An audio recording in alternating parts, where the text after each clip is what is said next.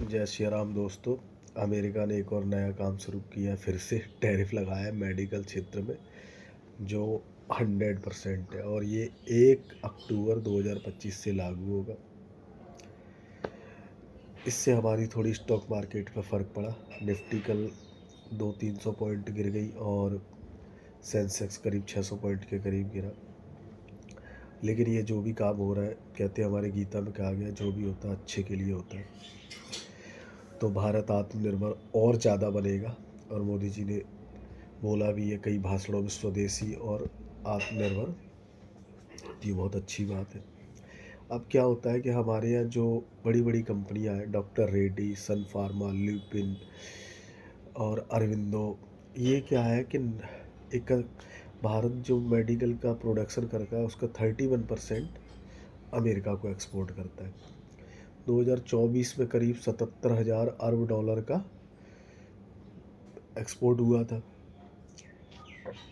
और एक और चीज़ है, वहाँ जो भी डॉक्टर करीब दवाई लिखता है, 10 में से अगर उसने 10 दवाई लिखी तो उसमें से 4 दवाई इंडियन होगी और ज़्यादातर डॉक्टर भी इंडियन ही है। तो ये तो ठीक है। उसके बाद अब क्या होने वाला है, तो कुछ टाइम बाद देना, 3 या 4 महीने बाद वहाँ महंगाई तो बढ़ेगी। एटलीस्ट जो भी टैरिफ बढ़ता है तो पे कौन करेगा? वहाँ की जनता पे करेगी। तो जो दूसरे देशों में दंगे भगदड़ शुरू करवाते हैं, ये अमेरिका में होने वाला है, क्योंकि बचत सबको चाहिए। और उसने कहा है कि अगर मेक इन अमेरिका के तहत हम ये टैरिफ लगा रहे हैं, इन सारी कंपनियों को कहा है कि आप वहाँ पे आओ, प्लांट लगाओ और यहाँ प्रोडक्शन करो। तो इतनी जल्दी ये आसान नहीं है। प्लांट लगाने में बहुत सारा खर्चा होता है, लेबर चाहिए। अमेरिका में लेबर सस्ती है नहीं, वहाँ की लेबर से काम करेंगे तो ये दवाइयाँ उससे डबल महंगी रहेगी। अब क्या है, कोई भी प्रोडक्शन अमेरिका में सस्ता नहीं है, क्योंकि आप देखो टेक्सटाइल का वो सब बाहर से एक्सपोर्ट होता है, क्योंकि उन्हें बैठ के खाने की आदत है। डॉलर के पैसे से कमाई हो रही है। अब डॉलर का अल्टरनेटिव कुछ लोग, कुछ देश ढूंढ तो रहे, अब जल्दी आ जाएगा तो ज़्यादा ठीक है। तो बिल्कुल ही बैंड बच जाएगी। अब तो इतना आसान है नहीं कि कोई कम। और मेडिकल फार्मा से न्यूज़ भी आई, उन्होंने कहा कि हमें कुछ ज़्यादा फ़र्क पड़ेगा नहीं, हम दूसरे बाज़ार में बेच देंगे माल को, ऑस्ट्रेलिया, यूरोप या अफ्रीकन कंट्री। आपने देखा था कि भारत ने कोरोना में भी अपनी वैक्सीन बना ली थी। तो इससे ज़्यादा फ़र्क पड़ने वाला है नहीं। ज़्यादा बेसिकली फ़र्क पड़ेगा अमेरिका को ही।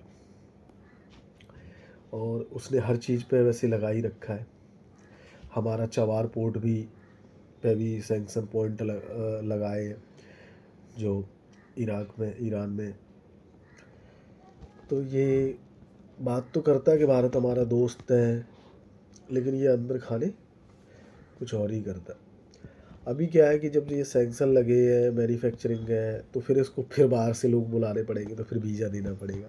तो इसका वो H1 वीज़ा वाला जो 1 लाख रुपए डॉलर का लगाया है, वो भी इसकी टाइम फिक्स हो जाएगी। तो ये ज़्यादा दिन तक चलेगा नहीं। और वैसे भी मुझे लगता है कि अमेरिका का टाइम ओवर हो गया। दूसरे देशों को बांटने की कोशिश करता है, कहीं इसके खंड विखंड ना हो जाए। हर जगह घुसता है और भारत अपना स्वदेशी की ओर बढ़ ही रहा है। थोड़ा डिजिटल में और आगे बढ़ जाए। बाकी तो देखो सब कुछ बना ही दिया, फ़ोन पे भी, भीम ऐप है, ये सारी चीज़ें। अब इनको करना क्या है कि जितने भी गवर्नमेंट में यूज़ होते हैं एप्लीकेशन, वो सारे फ़ोनों में इनबिल्ड होके आने चाहिए। यहाँ की कंपनियों को कहो कि अपने फ़ोन में इनबिल्ड करो। और जो हम जीमेल यूज़ करते हैं उसमें कोई इंडियन ईमेल होना चाहिए, जैसे आधार OTP है या बैंक में है, कि बोले इंडियन को, ये सब ना इंडियन जीमेल वगैरह ही यूज़ होगा। तो उससे धीरे धीरे लोगों की आदत भी लग जाएगी और स्वदेशी की तरफ बढ़ भी जाएगी। और ऐसा करने में ज़्यादा टाइम नहीं लगेगा। तो जो हर जगह ये अमेरिका और इसकी CIA नाक घुसेड़ती है, तो उसको पता चल जाएगा। हम यहाँ, जब लाल बहादुर के शास्त्री के टाइम नहीं झुके, ये तो मोदी है, ये तो किसी के सामने झुकते नहीं है, जहाँ तक मेरे को पता है।